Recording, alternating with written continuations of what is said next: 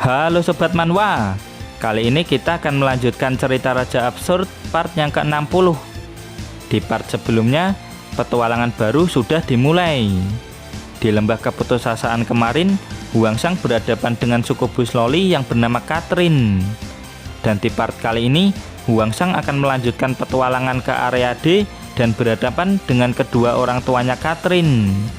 Setelah itu mereka bertemu dengan Pak Eko dan dibawa ke kota sepak bola yang bernama Kota Holy Grail. Gimana keseruannya? Tanpa basa-basi lagi, langsung pasang headset dan kita gaskan ke ceritanya di Manhwa Period.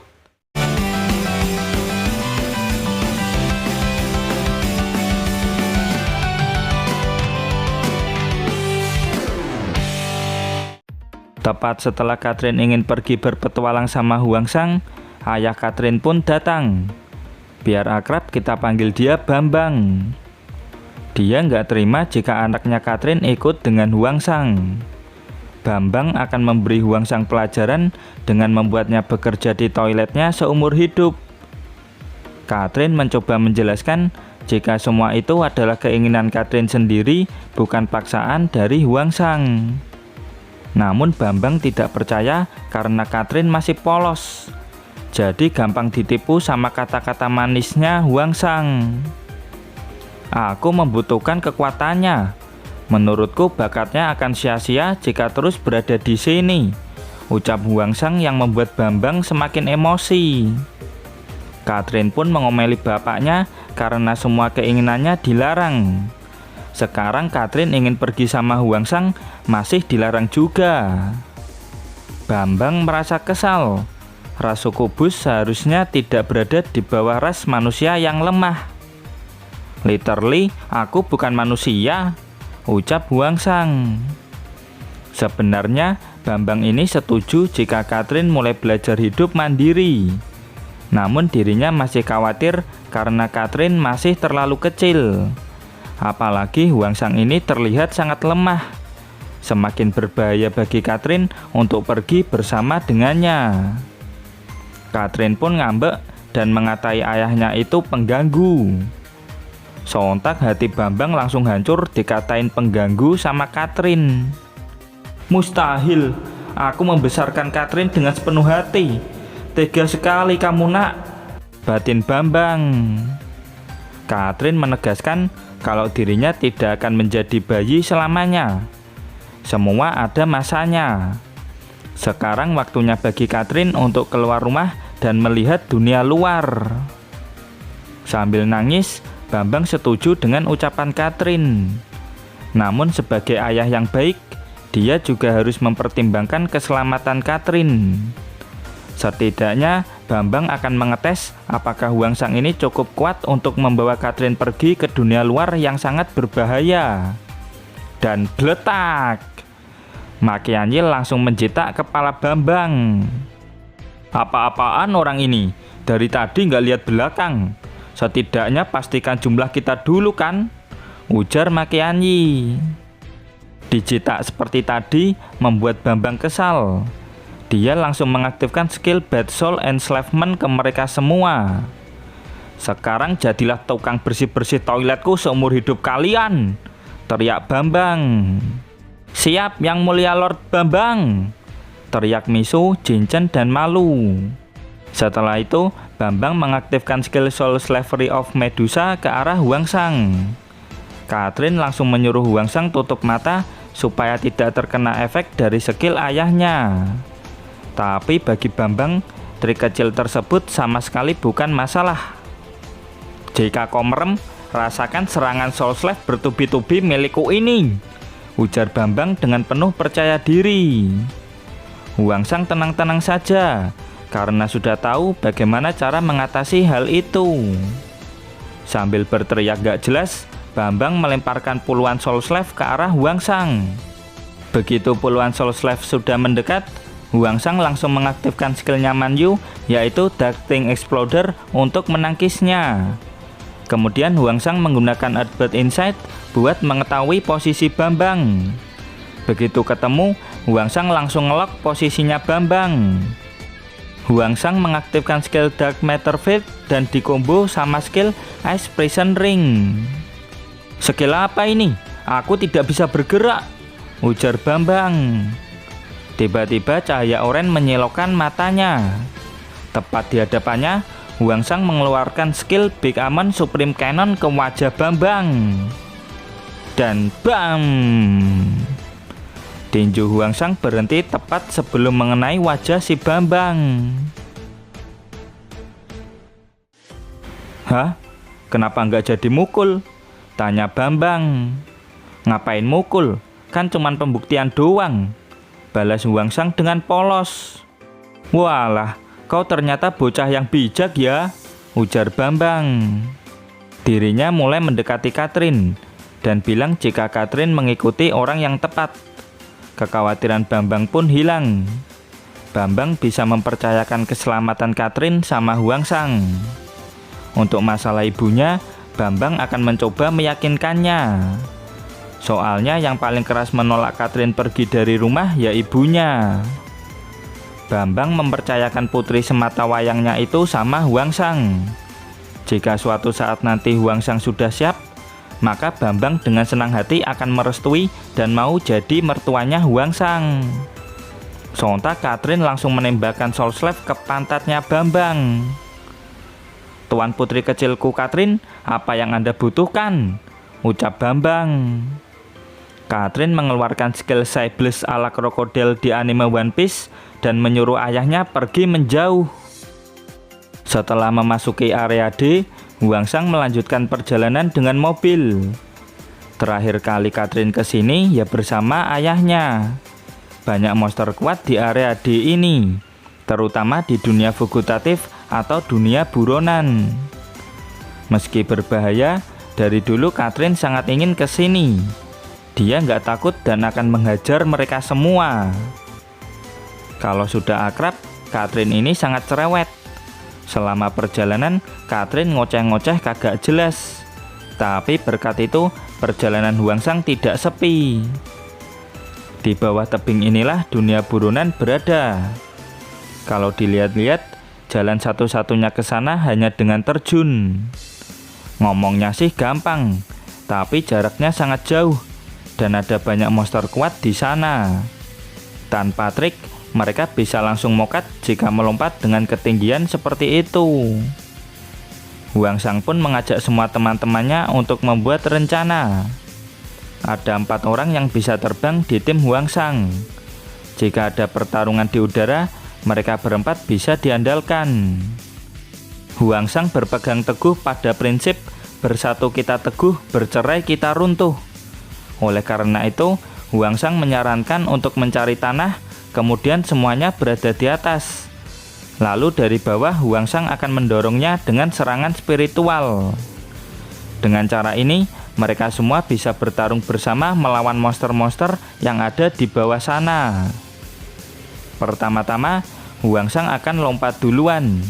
Lalu Makianji menyusul dan Huangsang akan menembakkan kekuatan spiritual untuk mendorong tanahnya biar tidak jatuh terlalu cepat.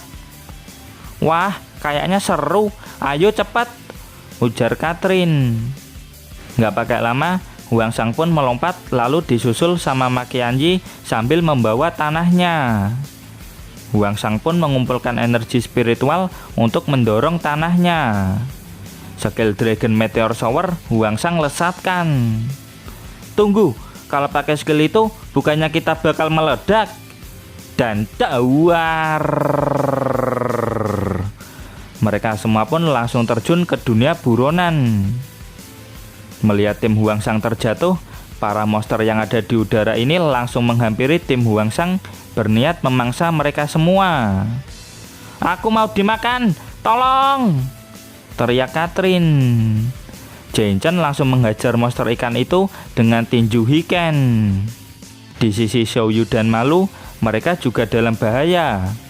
Namun dengan skill gelombang pengendali monsternya Malu, para monster itu berhenti menyerang mereka berdua. "Kenapa kau nggak manggil nagamu?" omel Xiaoyu dengan kesal. "Kenapa salahku? Siapa juga yang nyuruh pakai tanah terus didorong sama serangan spiritual?" ujar Malu. Banyak monster yang mengejar mereka. Supaya aman, Huangsang meminta teman-temannya untuk tidak berpencar.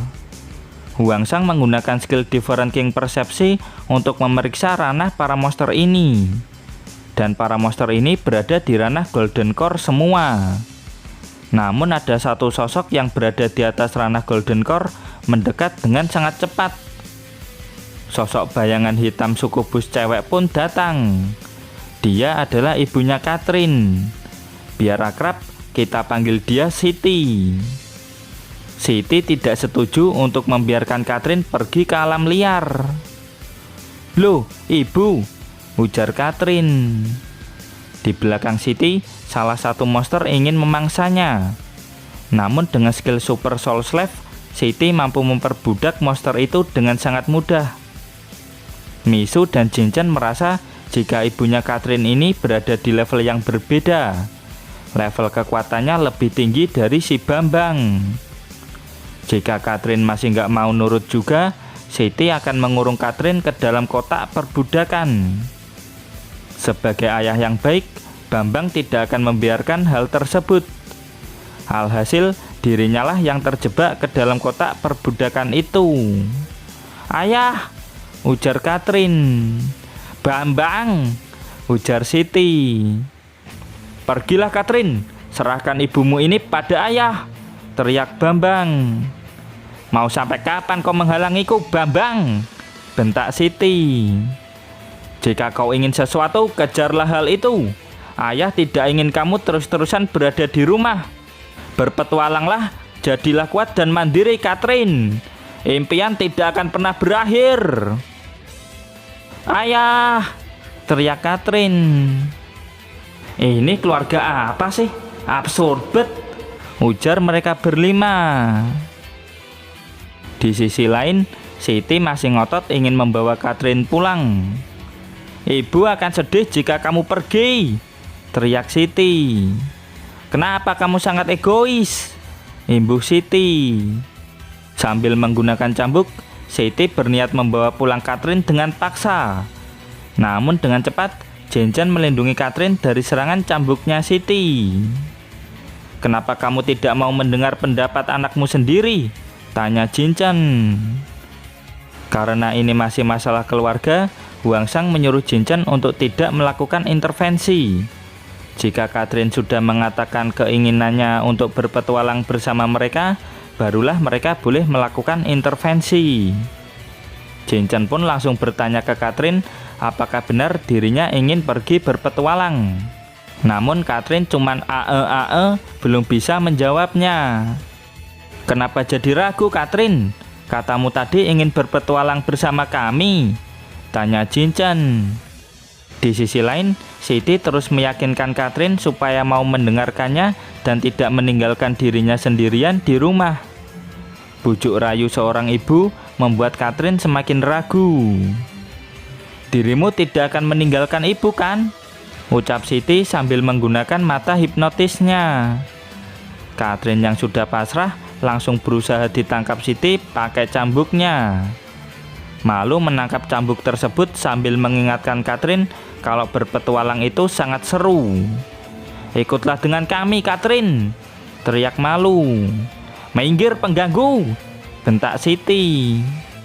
Malu pun langsung disetrum sama Siti. Catherine yang melihat itu menyuruh ibunya supaya berhenti. "Tenang, aku akan menyelamatkanmu," teriak Xiaoyu. Mereka berdua pun langsung kesetrum bersama. Sambil kesetrum, Malu masih terus meyakinkan Catherine jika berpetualang bersama, maka hubungan mereka akan menjadi seperti keluarga. "Keluarga? Tapi kuda binal itu tidak menyelamatkanmu, dia malah ngopi tuh," ucap Catherine. Siti sangat kesal melihat Catherine terus-terusan dipengaruhi sama tim Huangsang. Siti langsung menembakkan Soul Slave Painful Mode ke arah tim Huangsang. Jinchen, Xiaoyu, dan yang lainnya pun langsung merasa kesakitan. Catherine menyuruh ibunya berhenti menyakiti teman-temannya seperti ini. "Kamu masih kecil, makanya tidak tahu. Di dunia ini tidak ada yang namanya teman. Itu hanya omong kosong agar mereka bisa memanfaatkanmu, ujar Siti. Teman itu saling membantu dan mendukung, bukan seperti yang kau bilang, ucap Huangsang. Catherine sudah menganggap mereka teman. Jika Siti masih melakukan hal buruk ke teman Catherine, maka Catherine akan sedih. Siti menegaskan kalau di dalam hatinya Catherine itu tidak mau pergi sama Huangsang. Dia masih lebih sayang dengan keluarganya. Catherine sayang sama keluarganya itu memang benar.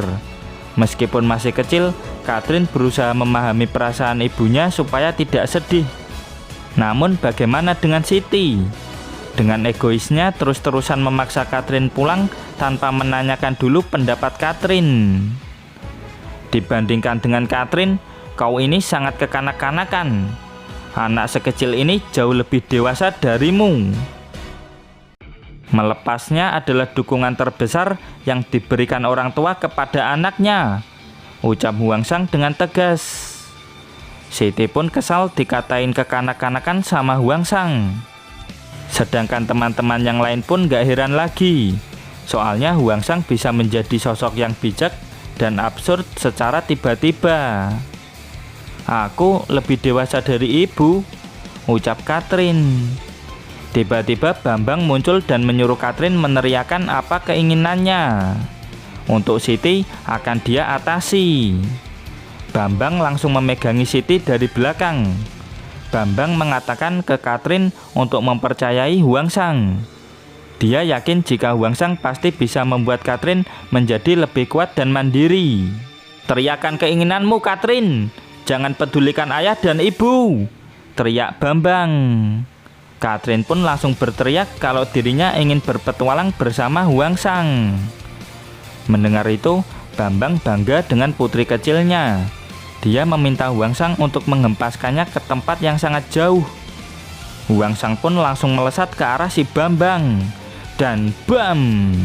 Mak dawas! Huangsang pun menghempaskan Bambang dan Siti dengan skill Tiger Mountain Fish.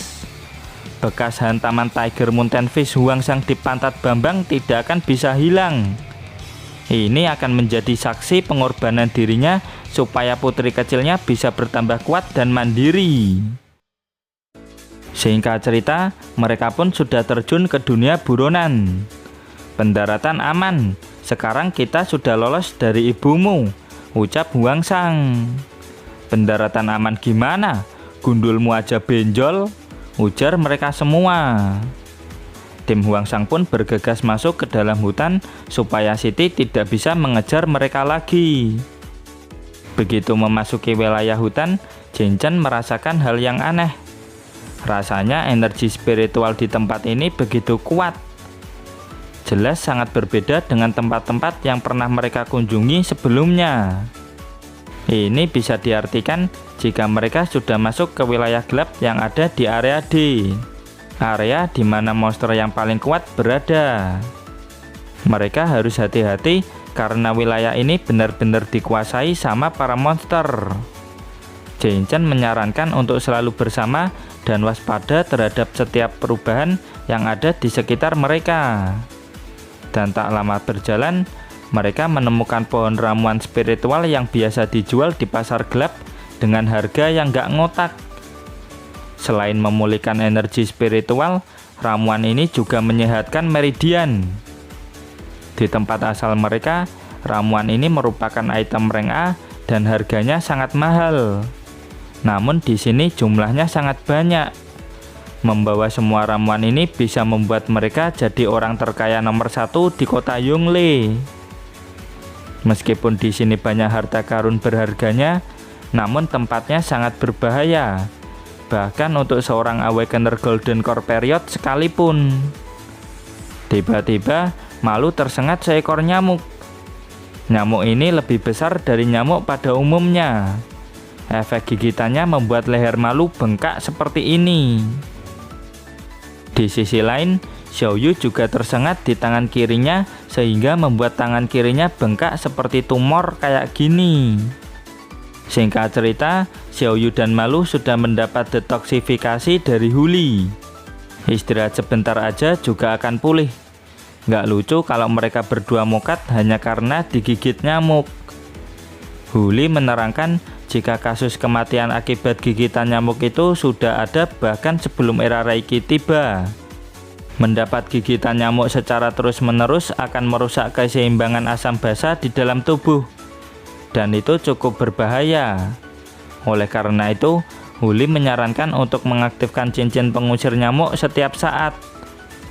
Melihat pengetahuan Huli yang luas, Huangsang memberikan julukan baru ke Huli, yaitu dokter racun, yang membuat Huli cukup senang. Tiba-tiba bayangan besar menutupi mereka. Itu adalah monster laba-laba raksasa yang diprediksi berada di rank A++. Secara teori, monster rank tinggi tidak akan tertarik pada mereka.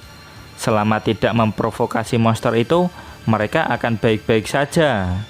Dan belar, ternyata ada monster lain di bawah mereka. Monster kadal tanah ini langsung menyerang monster laba-laba raksasa dan tawar. Dengan full power, tim Huangsang menghajar kedua monster yang mau bentrok ini. Setelah menghajar monster ini, tim Huangsang pun terjatuh. Huangsang langsung mengaktifkan Admiralty Golden Shield untuk menyelamatkan semuanya. Setelah semua orang aman, mereka menyadari sesuatu. Wajar saja tidak ada manusia yang mau menginjakan kaki di tempat ini. Soalnya para monster tingkat tinggi bisa bertarung kapan saja. Apa yang dilakukan sama bapak-bapak itu di tempat ini? Tanya Jinchen yang melihat seorang bapak-bapak berjalan sambil menyeret sesuatu. Pak Eko menyadari keberadaan orang lain. Dia menegaskan kalau dia duluanlah yang menemukan gigi taring monster ini. Huangsang tidak peduli sama gigi taring itu. Dia cuma mau tanya sesuatu ke Pak Eko. Tapi Pak Eko membentak Huangsang dan akan menghabisinya jika masih mendekat. Setelah Pak Eko benjol, dia memperkenalkan diri. Dia hanyalah penduduk biasa dari kota Holy Grail. Karena keluarganya miskin, Pak Eko mengambil pekerjaan pemburu dan berburu material monster di alam liar untuk dijual ke kota. Sebagai kompensasi, Pak Eko akan memberikan 10 win coin ke Huangsang. Win coin adalah mata uang yang digunakan di kota Holy Grail. Huangsang tidak keberatan asalkan Pak Eko mau memberitahukan di mana letak kota terdekat. Pak Eko dengan senang hati akan mengantar Huangsang ke kota terdekat. Namun Pak Eko tiba-tiba menyadari sesuatu yang penting. Jika Huangsang ke kota, dirinya akan tahu harga yang sebenarnya dari gigi taring ini. Meskipun terlihat polos, Huangsang adalah orang yang sangat teliti. Jadi Pak Eko memberikan Huangsang 15 win coin dan tidak bisa memberitahukan keberadaan kota Holy Grail. Sekarang kita tidak punya hubungan apa-apa lagi, jadi jangan ikuti aku, oke? Ucap Pak Eko.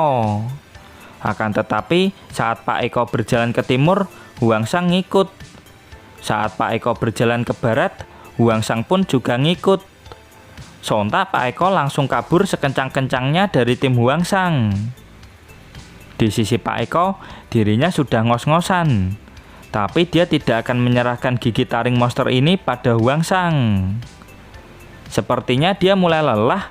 Ayo kita bantu, ucap Huangsang. Dan kuda Binal langsung mengambil alih kemudi sambil membawa Pak Eko ke kota terdekat. Nah nih, dan seperti inilah ekspresi mereka semua. Singkat cerita, mereka pun tiba di kota Holy Grail. Kota ini adalah surganya bagi sepak bola di manhwa ini. Yang sedang bertanding sekarang adalah tim Arsenal melawan tim Chelsea. Pendukung Arsenal dengan semangat memberikan dukungan ke tim kesayangannya. Pendukung Chelsea pun juga tidak mau kalah dari pendukung Arsenal. Budi senang Huangsang membawa item gigi taring monster tingkat atas. Dan oleh karena itu, Budi akan memberikan 100 win coin kepada Huangsang. Berhubung Budi lagi fokus nonton bola, Dia pun memberikan Hwangsang 200 win koin supaya cepat pergi dan tidak mengganggunya nonton pertandingan Arsenal melawan Chelsea. Hwangsang pun memberikan semua koin itu pada Pak Eko. Sesuai perjanjian, dia cuma akan menerima 15 win koin seperti di awal tadi. Melihat ketulusan hati Hwangsang, Pak Eko pun langsung silau. Dia merasa berdosa karena sudah salah sangka sama Hwangsang. Dikira jahat, gak taunya Hwangsang ini sangat baik. Kemudian Hwangsang dan teman-temannya pun pergi meninggalkan Pak Eko. Sebelum Hwangsang pergi, Pak Eko mengatakan jika dirinya adalah seorang pelatih sepak bola. Jika Hwangsang nanti perlu bantuan tentang sepak bola, dengan senang hati Pak Eko akan membantu. Tapi Hwangsang menerangkan jika mereka tidak tertarik main bola. Tapi Pak Eko menyuruh mereka semua berhenti setidaknya sampai dia selesai telepon. Pak Eko mendapat panggilan untuk membersihkan WC mampet sesegera mungkin. Kalau kelamaan, pelanggannya bakal mengganti Pak Eko dengan orang lain. Dia ini pelatih bola apa Kang sedot WC sih? Ujar Jin-chan. Sambil melihat kepergian tim Hwangsang, Pak Eko mengingatkan untuk mencari dirinya kalau butuh sesuatu tentang sepak bola. Sementara itu di pusat kota, pendaftaran turnamen Premier League sudah dibuka. Juara Premier League kali ini akan mendapatkan hadiah yang sangat besar. Dikatakan jika tim juara akan mendapatkan 50 juta win coin. Ini adalah kompetisi investasi real estate yang sangat menjanjikan. Sambil berkeliling kota, tim Hwangsang merasa seperti di Inggris. Orang-orang sangat FOMO dengan sepak bola. Dan gara-gara itu, mereka bingung gimana nyari item Tear of Speech. Xiaoyu mengingatkan semuanya untuk tetap hati-hati. Bagaimanapun juga kota ini terletak di wilayah gelap yang ada di area D. Tapi dengan polosnya, Hwangsang langsung bertanya ke orang random di mana item Tear of Speech berada. Kemudian panel berpindah ke tempat Pak Eko berada. Dia sedang membersihkan tinja di sebuah kompleks perumahan. Pak Eko cuma bisa merenungi nasibnya. Dulu dia adalah pelatih sepak bola. Namun sekarang dia sudah dipecat dan ganti profesi menjadi tukang sedot WC. Begitu selesai dengan pekerjaannya, Pak Eko menerima bayaran dari Gunawan. Saat berjalan, banyak orang yang menutup hidung karena Pak Eko sangat bau.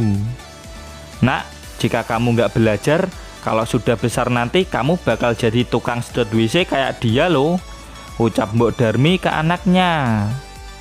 Singkat cerita, Pak Eko belanja kue di supermarket terdekat. Di sana mbak-mbak kasir melayani dirinya sambil tutup hidung dan mulut. Setelah berbelanja, Pak Eko pun langsung pulang ke rumah. Pak Eko memanggil-manggil ibunya dengan girang. Mak Ella yang tertidur di kursi rodanya pun langsung terbangun gara-gara Pak Eko teriak-teriak. Mak Ella pun bertanya, kenapa pulang gini wajahnya kelihatan girang banget. Pak Eko menerangkan jika dia sudah membelikan kue ulang tahun buat Mak Ella. Mak Ella pun nangis karena mengira Pak Eko sudah mencuri. Namun Pak Eko menjelaskan jika dia sudah bekerja keras buat membeli kue tersebut. Mendengar itu, Mak Ella pun senang dan bangga sama Pak Eko. Sontak Pak Eko pun langsung keluar sebentar untuk mengambil kuenya. Dan begitu keluar, sudah ada si bocil kematian yang bernama Ilham yang dengan polosnya memakan kue ulang tahunnya Mak Ella. Ilham langsung dijewer sama Pak Eko. "Woi, anak siapa ini? Nggak diajarin sopan santun kah?" bentak Pak Eko. Dan dawas, tiba-tiba Bowo muncul dan menghantam perut Pak Eko. Sontak Pak Eko langsung muntah darah dan terhempas cukup jauh. Sambil nangis, Ilham bilang ke bapaknya kalau orang itu sudah membulinya. Di sisi Pak Eko, dirinya batuk-batuk ngeluarin darah gara-gara dihantam sama Bowo bapaknya Ilham. Pak Eko langsung minta maaf. Dia nggak tahu kalau si bocil kematian itu anaknya Bowo. Namun Bowo nggak terima. Dia aja nggak pernah kasar ke anaknya. Bisa-bisanya Pak Eko membulinya. Bowo langsung mengeluarkan pedang. Bowo akan menghabisi siapapun yang berbuat jahat ke keluarganya. Dan cerwot. Serangan Bowo yang ini ternyata nggak kena. Jangan menghabisinya. Dia pelatih sepak bola kami, ucap Huangsang. Nah nih, ujar Bowo. Loh, Huangsang, ujar Pak Eko. Kemudian Huangsang menjelaskan kalau dia dan teman-temannya ingin ikut turnamen Premier League. Hadiah turnamen Premier League memiliki apa yang Huangsang butuhkan. Jadi dia butuh Pak Eko untuk melatih dirinya dan teman-teman yang lain supaya jago main sepak bola. Lalu Bowo mengancam Huangsang buat gak usah ikut campur. Tapi hanya dengan sedikit tempeleng, Bowo langsung menjatuhkan pedangnya. Nah nih, batin mereka berdua. Pak Eko nggak nyangka jika Huangsang bisa menjatuhkan pedang Bowo hanya dengan tangan kosong. Dan seperti inilah ekspresi Huangsang. Kau cari mati rupanya, ujar Bowo dengan penuh emosi. Mak dawas. Bowo pun langsung kena bogem sama Huangsang. Bowo langsung tepar hanya dengan sekali bogem sama Huangsang. Irma istrinya langsung berusaha membangunkan suaminya. Ilham yang gak terima pun berniat membalas Huangsang. Dan dawak. Irma langsung menendang Ilham. Karena gak mungkin anak sekecil ini berkelahi dengan Huangsang. Irma pun pergi sambil menyeret Ilham dan Bowo pulang ke rumah. Pak Eko pun panik dan menjelaskan ke Huangsang jika Bowo adalah direktur keamanan di kota ini. Namun dengan santai, Huangsang mengajak Pak Eko untuk segera mendaftar turnamen Premier League. Jika Bowo kembali, tinggal hajar aja. Toh Bowo nggak kuat-kuat amat. Yang bakal diajar itu aku, bukan kau, bentak Pak Eko. Menurut Huangsang, Pak Eko akan aman jika menjadi pelatih di timnya. Namun di sisi Pak Eko, dia punya ibu di rumah yang bisa disamperin Bowo sewaktu-waktu. Biar nggak repot, Huangsang pun mengajak Maela dan Pak Eko ke hotel sekalian. Untuk kamarnya nanti bakal dibikinin sama Cuya. Pak Eko sama Maela masih terkagum-kagum karena baru pertama kali ini menginjakan kaki di tempat semewah ini. Dan singkat cerita, mereka pun pergi ke pusat kota untuk mendaftar turnamen Premier League. Pak Ijo selaku panitia menerangkan jika tim non-profesional mendaftar, biayanya adalah 200 win coin. Kau ini bukan calo, kenapa biayanya bisa semahal ini? Ujar Pak Eko. Kalau nggak terima silakan lapor ke penyelenggara, paling nggak bakal didengerin, ucap Pak Ijo. Dia juga menegaskan ke Pak Eko supaya enyah dari sini kalau nggak punya duit. Dimanapun tempatnya, duit yang berbicara. Kalau udah nggak ada urusan lagi, Pak Ijo mau menutup loketnya. Sontak Pak Eko langsung menghentikannya. Dia minta waktu sebentar lagi karena hari ini batas waktu pendaftarannya. Pak Eko pun lapor ke Huangsang kalau biaya pendaftarannya naik sampai 4 kali lipat. Tapi Huangsang nggak masalah akan hal itu. Lu punya duit, lu punya kuasa. Begitulah dunia bekerja. Nggak pakai lama, Huangsang langsung memberikan banyak koin ke Pak Ijo. Menyala abangku, ujar Pak Ijo. Nggak pakai lama, Pak Ijo pun memeriksa apakah koin yang dibawa Huangsang ini asli atau palsu. Dan setelah dicek, ternyata koinnya asli semua. Walah, Anda ini mirip sekali dengan Baim Wong. Penampilan gembel tapi aslinya sultan. Selamat, Anda sudah bergabung dengan turnamen Premier League. Semoga beruntung, ucap Pak Ijo. Mereka pun senang karena berhasil mendaftar di turnamen Premier League. Sekarang tinggal fokus ke pertandingan supaya bisa mendapatkan item yang mereka butuhkan. Lalu pelatih Liu bertanya Dari mana Huangsang bisa mendapatkan win coin sebanyak itu dalam waktu yang singkat? Huangsang menerangkan jika dia cukup membawa koin itu lalu mengaktifkan skill Different King Replication. Dengan itu, jumlah win coinnya jadi berlipat ganda. Koin tadi itu bisa menghilang, tapi Huangsang bisa mempertahankan auranya sehingga koin tadi tidak akan menghilang buat sementara waktu. Di platform resmi Premier League, tim Huangsang sudah resmi terdaftar. Mereka tinggal fokus menyiapkan segala sesuatunya sebelum pertandingan dimulai. Tugas Pak Eko sangatlah berat. Dirinya akan melatih tim Huangsang sepak bola dari nol. Karena mereka semua nggak ada yang tahu gimana cara main sepak bola yang baik dan benar. Kemudian panel berpindah ke kantor registrasi. Bowo yang sudah diobati sama Irma bisa kembali bekerja. Pak Ijo menyuruh Bowo buat istirahat saja. Namun Bowo nggak bisa tenang sebelum membalas bocah yang sudah membuatnya babak belur jadi kayak gini. Bocah siapa? Biar ku cari, ucap Pak Ijo. Bowo menegaskan jika bocah itu bersama si gembel Eko. Dia sangat ingin menghabisi Eko lalu membakar rumahnya bersama Maela yang tinggal di sana. Eko, maksudmu Pak Eko yang berteman dengan bocah sultan itu? Dia tadi mendaftar di sini, ujar Pak Ijo. Sontak Bowo langsung ngamuk. Jika mau daftar, Bowo akan menarik biaya 10.000 win coin padanya. Namun Pak Ijo menjelaskan kalau mereka sudah membayar 30.000 win coin. Nani? Ujar Bowo.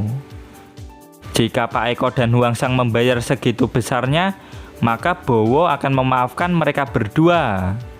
Dan begitu sampai di ruang penyimpanan uang, menyala abangku, ujar Bowo. Mereka pun langsung kegirangan karena mendapatkan uang yang sangat banyak dari Pak Eko dan Huangsang. Sementara itu, karena tim Huangsang sudah menyelesaikan semua tahap pendaftaran, maka Huangsang berniat menghilangkan aura pada win coin yang dia gandakan tadi. Di tempat penyimpanan uangnya Pak Ijo dan Bowo, tiba-tiba menyala terang.